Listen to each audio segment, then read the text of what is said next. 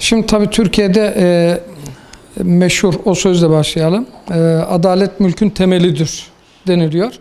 Tabii ki burada adalet herkes için adalet, hak herkes için, hukuk herkes için geçerli. Burada biz yaşımız gereği askeri darbeyi 28 Şubat balans ayarını gördük.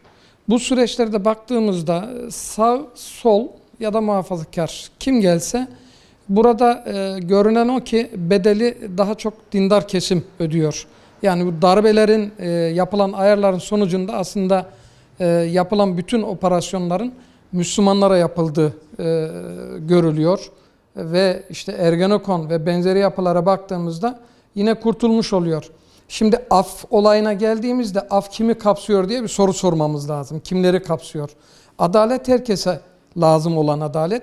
Mesela ben orada o açıklamalara baktığımda özellikle siyasetçilerin açıklamalarına baktığımızda 28 Şubat mağdurları, Madımak olayları, yine Kur'an çalışması yapan 25-30 yıldır cezaevinde olan kişilerle alakalı hiçbir adım atıldığını ya da onların ifade edildiğine şahit olmuyoruz. Dolayısıyla burada yanlı bir af isteniyor, sınırlı bir af isteniyor. Kısmen de ideolojik görüyorum ben. Dolayısıyla bunun tartışılması, konuşulması lazım. Çünkü bu ülkede yani bugün belki Ecevit dönemindeydi hatırladığım kadarıyla. Ya Kur'an okuyor diye insanlar biliyorsunuz yaş sınırı getirildi. Daha sonra da bu süreçte operasyonlar yapılıyordu. Sırf Kur'an çalışması yaptığı için. Şimdi baktığımızda bu ülkede hırsızlık yapan, soygun yapan, ihaleye fesat karıştıranlar, uyuşturucu mafyası vesaire. Kim çıkacak bu cezaevinden? Yani toplumu ifsad eden kişiler tekrar bu toplumun içerisine karışacak bu afla. Yine ne olacak? Olaylarda patlama yaşanacak. Dolayısıyla bu afın ciddi eğer konuşuluyorsa topyekün konuşulması lazım. İdeolojik olmaması lazım. Özellikle Müslümanları konuşmak lazım. Yani bunlar neden cezaevinde yatıyor? Şu an cezaevinde bulunan, mesela ben ismini hatırlamıyorum ama kanser hastası yine bir kişi için af istenmişti. Gazetelerde sıkça gördük ama af çıkmadı. Sebep neydi yine? Dini faaliyetler. Ama bugün din adı altında 40 yıldır bu ülkede FETÖ denilen terör örgütü her türlü faaliyetleri gerçekleştirdi. Haberleri yok muydu? Yani o mesela onları mahkum eden savcılar haberleri yok muydu bu olaylardan? Bağlantıları vardı. Peki ne oldu?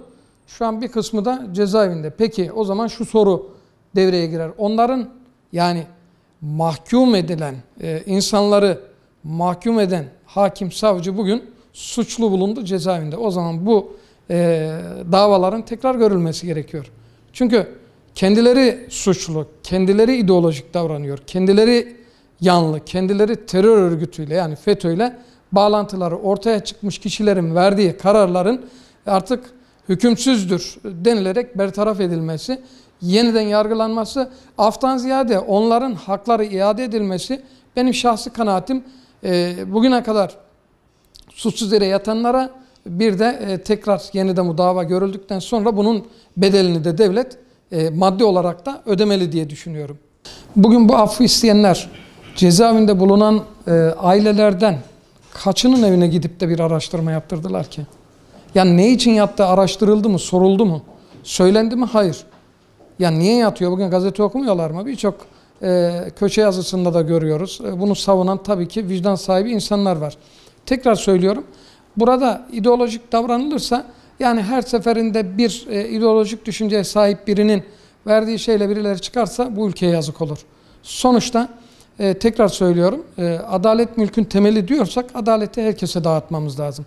Böyle yanlı bir şey olmaz. Kaldı ki bugün bu affı isteyenler de kendileri de elhamdülillah biz de Müslümanız diyor değil mi?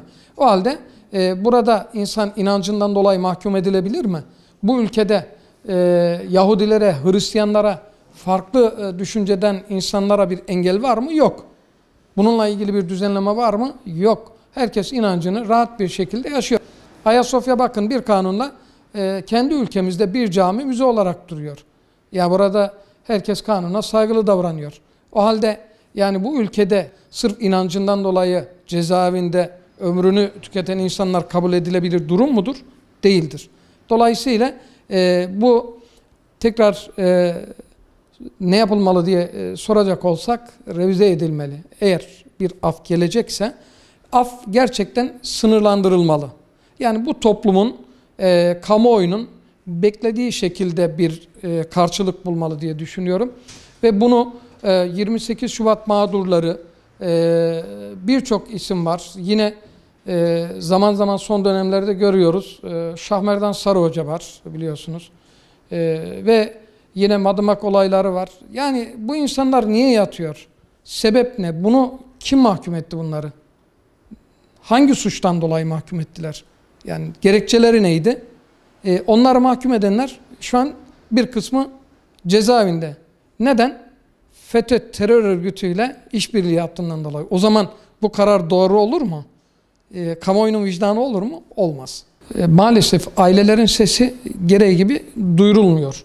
Yani ben burada basının da görevini tam olarak yaptığını düşünmüyorum. 25-30 yıl olmuş cezaevinde, ömrünün yarısı gitmiş, feryat figan ediyor.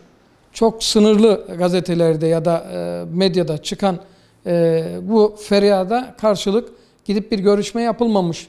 Derdiniz ne denmemiş, sorun nedir, incelenmemiş. Şimdi biz tutuyoruz. Kamuoyunda konuşulan kim var? Hırsızlar var, gaspçılar var, uyuşturucu mafyası var, fuhuş mafyası var.